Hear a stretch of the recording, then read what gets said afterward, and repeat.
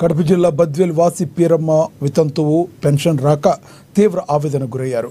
గత 3 ఏళ్లుగా వితంతువు పెన్షన్ రావడం లేదని, సచివాలయం చుట్టూ కాళ్లు అరిగేలా తిరిగిన ఫలితం మాత్రం లేదంటూ కన్నీరు పెట్టుకుంది పీరమ్మ. అధికారుల నిర్లక్ష్యంతో 3 ఏళ్లుగా పెన్షన్ ఆగిపోయిందని స్థానికులు చెబుతున్నారు. ఇక ప్రతి నెల పెన్షన్ వచ్చే రోజుకి ఎదురు చూస్తాను. భర్త లేక ఒంటరిగా ఎలా బతకాలో తెలియదు. సచివాలయానికి వెళ్ళి అడిగితే ఇదో అదో అంటూ కాలం గడిపిస్తున్నారు. నా భర్త మరణించి 3 సంవత్సరాలైనా ₹1 పెన్షన్ కూడా నాకు రాలేదని పీరమ్మ కంటతడి పెట్టారు. ఇప్పటికైనా అధికారులు కరుణ చూపించి షేక్ పీరమ్మకు రావాల్సిన వితంతు పెన్షన్ మంజూరు చేసి 3 ఏళ్లుగా ఎదురు చూస్తున్న ఆమెకు న్యాయం చేయాలని బద్వేల్ ప్రజలు డిమాండ్ చేస్తున్నారు.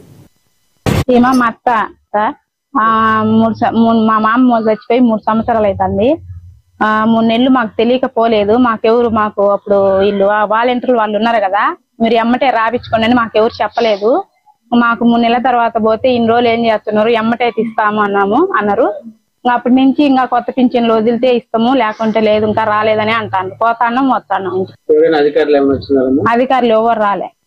మేమే సత్యవేలయం కాడికి పోతాము.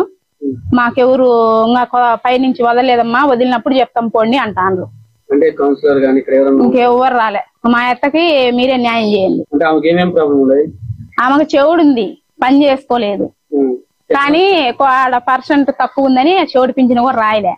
ఆమె పని చేసుకొని చేత కాదు. నా పింఛనన్నా వచ్చే ఏదన్నా కొడుకుల మీద ఆధారపడకుండా ఉంటది. పేరమ్మ, నా భర్త 3 సంవత్సరాలు నాకు ఇంతవరకు పింఛన్ మాటే లేదు.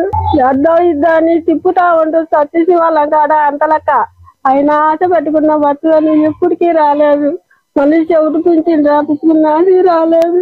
నాకు ఏదన్నా అవసరం అంటుందని నేను ఆశపడతాను. నా వెనకపోయిన వాళ్ళందరికీ ఎగతాలు చేస్తాను, నాకు వచ్చిందో నీకు రాలేదని.